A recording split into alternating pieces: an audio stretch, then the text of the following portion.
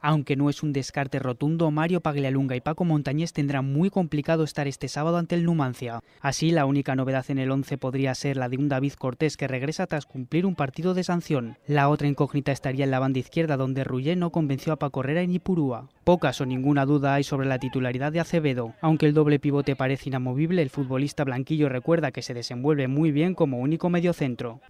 Lo he hecho en Argentina, he jugado, me siento cómodo, no tengo ningún tipo de problemas, pero eso es una decisión del entrenador. Y si hay que mostrar preferencia a la hora de elegir acompañante en la parcela central, el argentino tira de ironía. Mejor con mi mujer, pero no, son compañeros que me llevo bien tanto dentro del campo como afuera. Y sin duda que si no está Mario, en estos partidos le tocó a José Mari y también tengo una buena conexión con él. La salida de balón ha sido la obsesión de Paco Herrera en el entrenamiento de este jueves. Los aragoneses volverán al trabajo el viernes para ultimar los detalles del encuentro ante el Numancia.